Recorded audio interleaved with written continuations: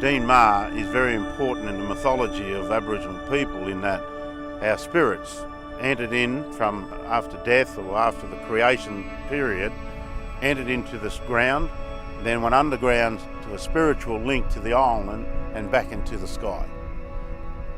Very important aspect of our continued association of this place is the significance of the island and the property. They're both, as far as we're concerned, intertwined and very important to our future.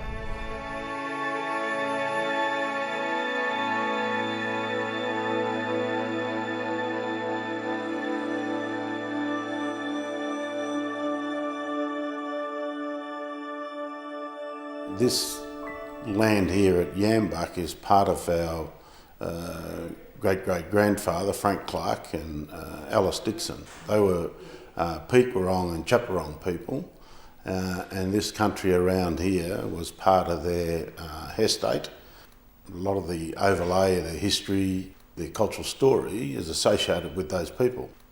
We purchased this place some 15 years ago using the various departments' resources, and we have now managed this backpacker facility and the Deen Maar Island as a commercial, Indigenous protected area come enterprise to further sustain the Aboriginal community at Framlingham, and it helps to get some of our kids into private schools and to provide employment. We have a dairy farm up the road. It's not all based on the past, it's based on current activities and future activities. And one of the things that we're also doing is the industry, and you'll see we've got wind turbines on the actual property.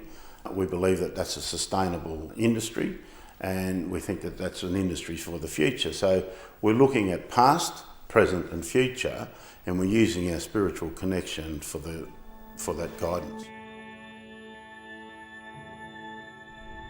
We think that the rest of the Yambuk vicinity benefits by knowing this cultural story, knowing the spiritual connection, understanding the significance of our heritage, how we manage the land and the landscape, and we think that that enhances community relationships in the Yambuk area. And it's 1,000 hectares of land, and it's surrounded by the water, and it was very important to the protection of Aboriginal people in the early colonising days. 3/4 of the property, bird life, wetlands, ocean life, and as you can see, the association with the island, the whales, the spirituality, it's all interconnected.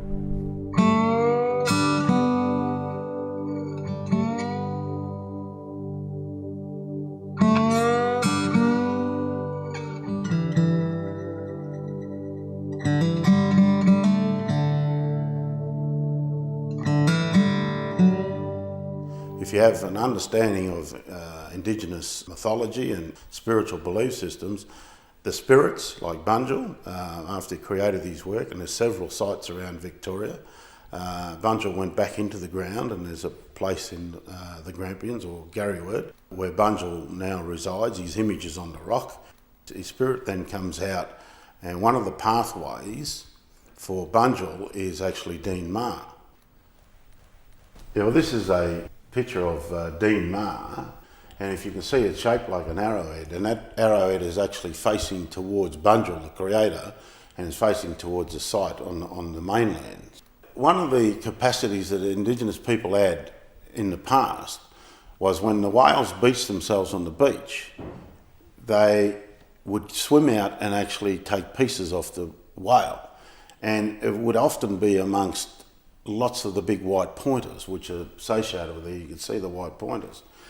Aboriginal people had the capacity to swim amongst the sharks and not be eaten. It was very well documented in the early history of Yambuk.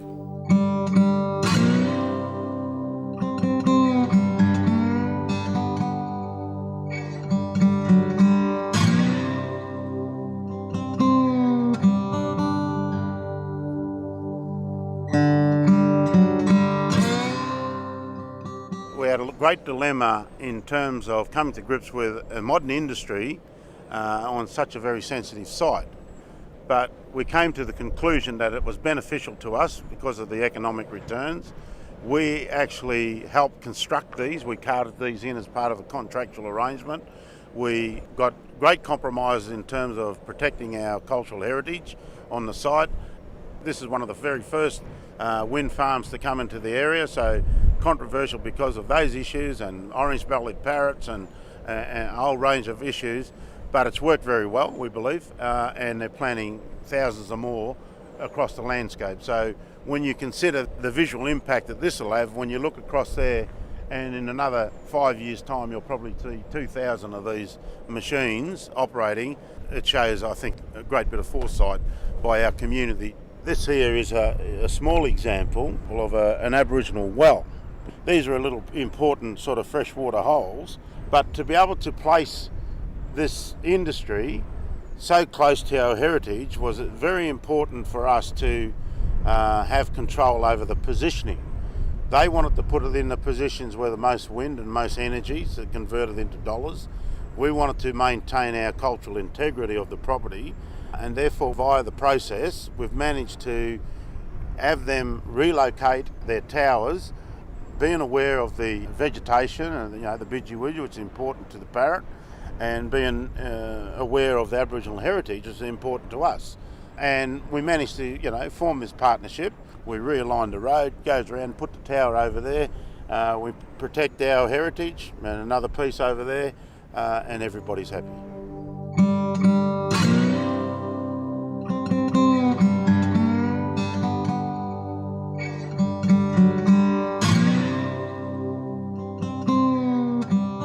We've reintroduced the emus back onto this property because one of the features of the emus is they eat the berries, the leucopoga, and they digest that through their system. And what we've found is that they've re-vegetated the entire property. Like, there's just massive amounts of seed that they go through their digestive system, and now we see that we've got lots of regrowth happening. So, one, they eat the vegetation and regenerate. Two, we eat them. Three, nice to look at. This is what we call one of our issue boards, and it depicts some of the issues that are faced with managing an Indigenous protected area. And it shows, when you see it there, the issue with rabbits, you've got thistles, you've got briars, blackberries, the barbed wire left over from the different activities, whether it was cattle or sheep, etc. So it shows people, when they're here, that it's not all plain sailing. If you have a close look and you look at something like this, you think, well, that's a weed as well. In fact, that's a very important weed. That's a weed that the orange-bellied parrot feeds on. And, because they are very highly under threat and almost extinct, they migrate from Tasmania and they come across here in the next few months, and then been known to be visiting this property for the last decade. So it's a very important source of food for the parrot, and it's also a bush medicine for Indigenous people.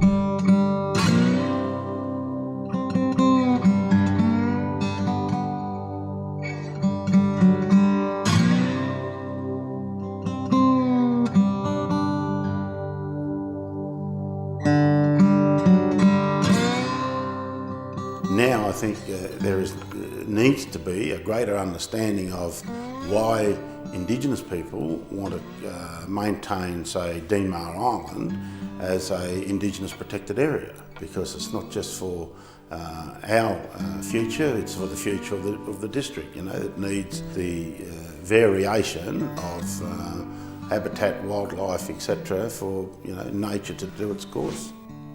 It's important that industry, it's important that community values, it's important that heritage and culture is all understood and recognised by all, including the Aboriginal community and the Yambuk community.